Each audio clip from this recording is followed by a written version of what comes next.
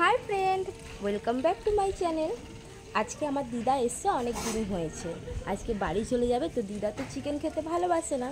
তো দিদার জন্য তোমাদের দাদাভাই আজকে কী নিয়ে আসছে সেটাই তোমাদের দেখাবো। বিশেষ করে দিদার জন্যই এই জিনিসটা নিয়ে আসছে। তো চলো, কি বাজার নিয়ে এলো, কি মাছ নিয়ে এলো সেটাই আমি তোমাদের দেখাবো। আমাদের দাদাভাই বাজার নিয়ে চলে এসছে আলু, পেঁয়াজ, বেগুন আর সাথে মাছ। আলু, পেঁয়াজ, বেগুন নিয়ে এসছে আর অন্য সব সবজিগুলো আনাই ছিল। কী মাছ দেখবে নাকি? এই দেখো, ইলিশ মাছ নিয়ে এসে, বললাম না তোমাদেরকে কী মাছ দিদার জন্য নিয়ে আসে। চলো তোমাদের দেখাই। এই দেখো, ইলিশ মাছ নিয়ে এসেছিলো।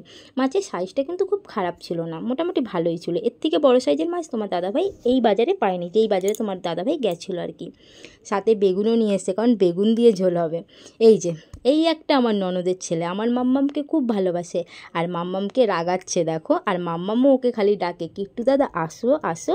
দুজনের খুব গুটিসুটি হয়। যাই হোক, বেগুনটাও আমি লম্বা লম্বা করে কেটে নিয়েছি। এবার মাছটা কাটবো। নিচে দেখো প্লাস্টিক পাতা নেই, আঁশগুলো পড়ছে। মা রেগে গেছে, বলছে একটা প্যাকেট পেতে নাও। তারপর প্যাকেটের ওপরেই কাটলাম। সত্যি, নিচে যদি সিমেন্টের ওপর আঁশগুলো পড়ে না, তুলতে খুব কষ্টই হয়। তাই আমি সবসময় প্যাকেট পেতেই কাটি। আর সেদিনকে ভুলে গেছিলাম। তো যাই হোক, এবার মাছটাকে পিস করে নিচ্ছি। মাথাটা জলে ভিজিয়ে দিয়েছি। মাছটা বেশি ধোবো না, দিদা বলছে ইলিশ মাছ বেশি ধুতে নেই। পেট থেকে একটুখানি নাড়িটা বের করে নিলাম, বেশি কিছু থাকেও না। তো একবার এরকমভাবে কেটে জলে ধুয়ে নিয়েছিলাম, বেশি আর ধুইনি। তারপর মাছগুলোও কাটা হয়ে গেল। মাছটার মধ্যে এবারে নুন হলুদ একটু মাখিয়ে নেব।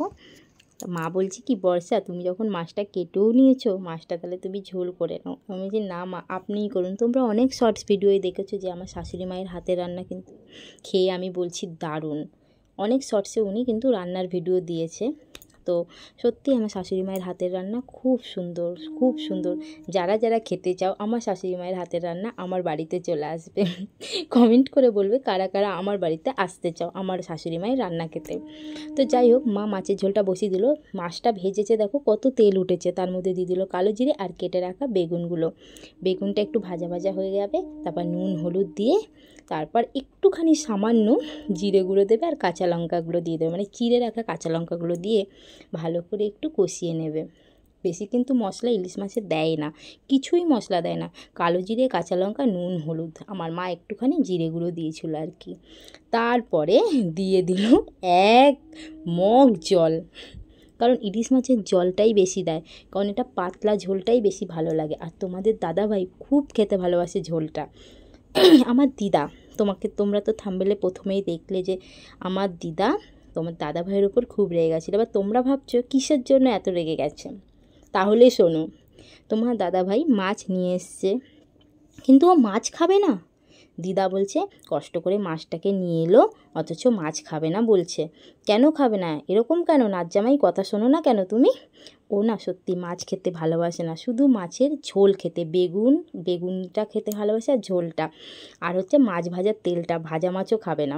দিদাও বেশি খেতে কিছু চায় না। তো হয়েছিল হচ্ছে আজকে পটল আর আলু দিয়ে চচ্চড়ি, ইলিশ মাছের ঝোল আর হচ্ছে ডাল, ওপরে ছিল লেবু আর লঙ্কা। দিদা বলে কি, আমার বেশি তরকারি হাবিজাবি খেতে ভালো লাগে না, তাই দিদার জন্য আজকে এটাই হয়েছিল।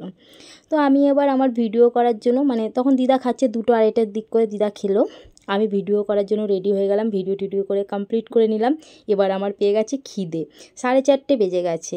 এবার আমি গিয়ে ড্রেস চেঞ্জ করে খেয়ে নেবো। আজকের ভিডিওটা এখানেই কমপ্লিট করলাম। সবাই কিন্তু সাপোর্ট করো। টাটা।